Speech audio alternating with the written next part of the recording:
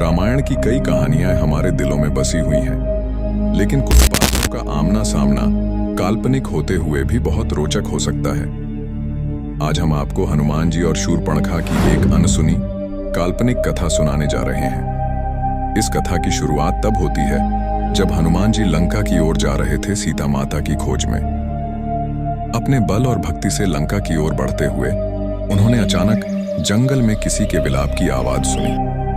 पास जाकर देखा तो वहां शूरपणखा थी, जिसका अपमान कुछ समय पहले श्री राम और लक्ष्मण के हाथों हुआ था।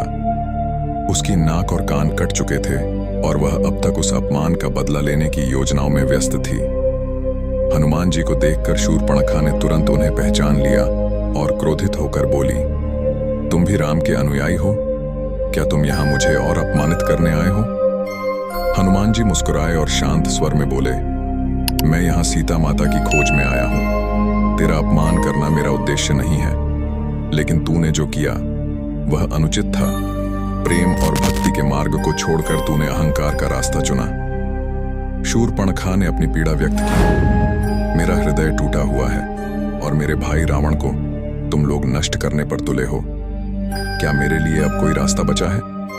हनुमान जी ने गंभीरता से कहा, अब भी समय है, तेरे पास अवसर है अपनी भूल सुधारने का।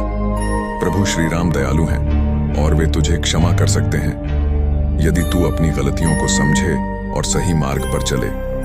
रावण का अहंकार नष्ट होने वाला है और तुझे भी यह समझ लेना चाहिए कि अधर्म का मार्ग विनाश की ओर ही ले जाता है।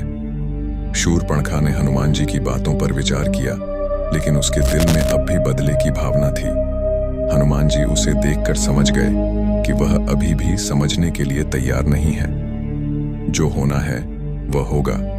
हनुमान जी बोले, मैं यहाँ केवल अपना कर्तव्य निभाने आया हूं, लेकिन यदि तूने सही रास्ता नहीं चुना तो परिणाम गंभीर होंगे।